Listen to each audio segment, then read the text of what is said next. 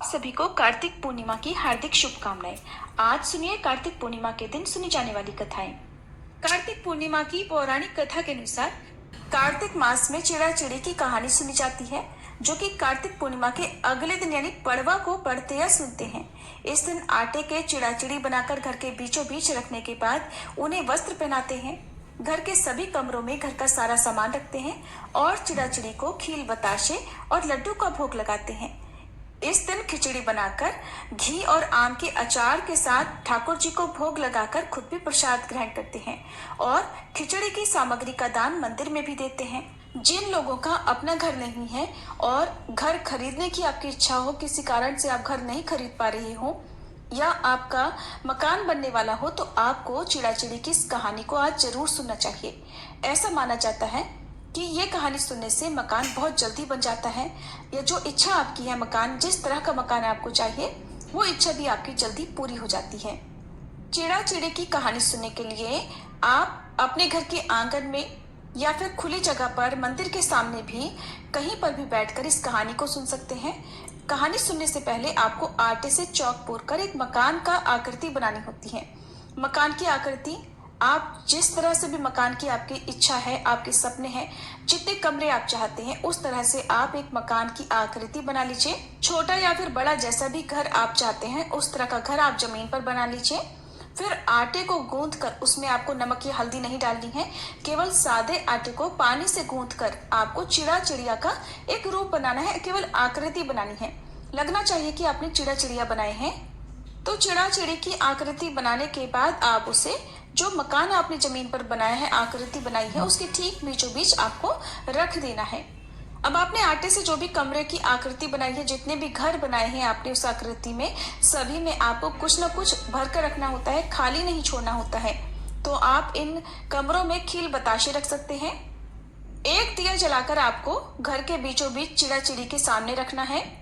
पूजा करने के लिए आपको 4 मिट्टी के दीपक भी चाहिए। हो सके तो घी के दीप जलाएं, नहीं तो आप तिल के तेल के दीपक जला सकते हैं। 5 दीपक में से एक दीपक तो आपने चिड़ा चिड़ी के सामने रखा, यानी घर के बीचों बीच रखा है। बाकी आप चारों कोनों में, चारों दिशाओं में एक एक दीपक जलाकर रखें। इस समय चिड़ा चिड़ी को खिचड़ी का भोग भी लगाया जाता है। तो खिचड़ी आप मूंग की दाल की, चाहे हरी या फिर पीली दाल की, मूंग की खिचड़ी बनाकर रखें। सभी को तिलक लगाएं। जितने भी कमरे आपने बनाए हैं उन सभी का तिलक करें और घर के मुख्य द्वार पर आपको तिलक लगाना है। जो आकृति बनाई है उसके मुख्य द्वार पर आपको तिलक लगाना है। सभी का पूजन करने के बाद आपको चिड़ा चिड़ी की कहानी सुननी चाहिए। चिड़ा चिड़ी की कहानी इस प्रकार है। एक बार 4 चिड़िया थी, चारों कार्तिक स्नान करती थी। पड़वा आने पर चारों ने सोचा कि चलो खिचड़ी बनाएं। एक चिड़िया चावल लेकर आई, एक चिड़िया दाल लेकर आई, एक चिड़िया घी लेकर आई। सबने मिलकर खिचड़ी बनाई।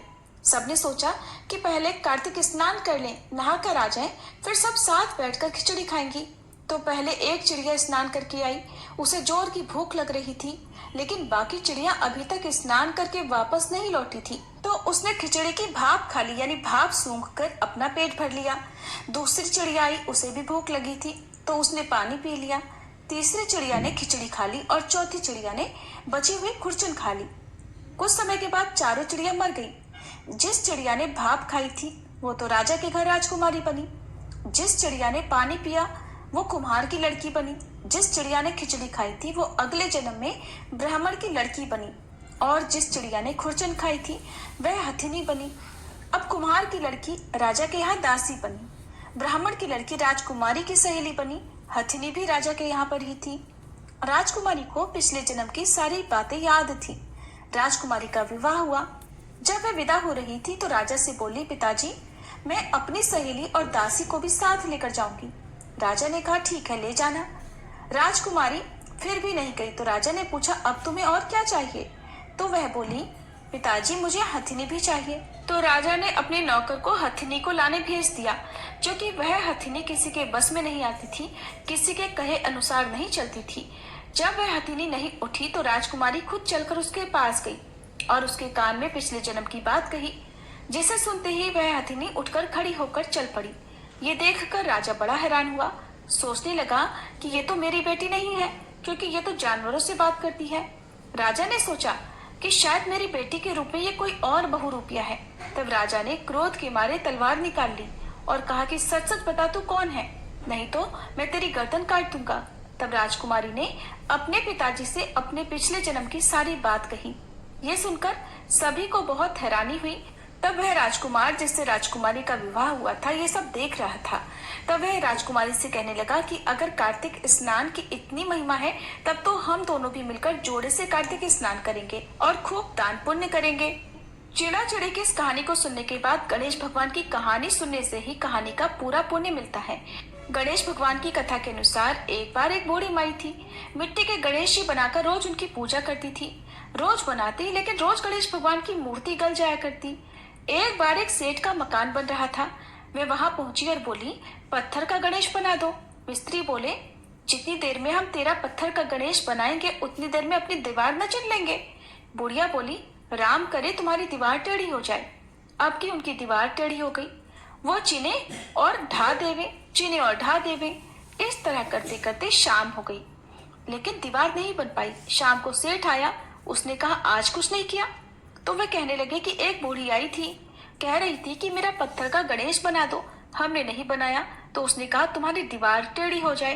तब से दीवार सीधी नहीं बन रही है, हम बनाते हैं और ढा देते हैं। तब सेठ ने बूढ़ी माई को बुलवाया और कहा, हम तेरा सोने का गणेश बनवा देंगे, हमारी दीवार सीधी कर दो। ऐसा कहकर सेठ जी ने बुढ़िया माई को सोने के गणेश जी बनवा कर दे दिए और ऐसा करते ही सेठ जी की दीवार सीधी हो गई। जैसे सेठ की दीवार सीधी की हे गणपति वैसे ही सबकी करना। कथा को कहते सुनते और हुंकारा भरते सभी के कार्य सिद्ध करना। बोले गणपति भगवान की जय। ये थी आज की कहानी। आपको कैसी लगी कमेंट बॉक्स में जरूर बताइएगा।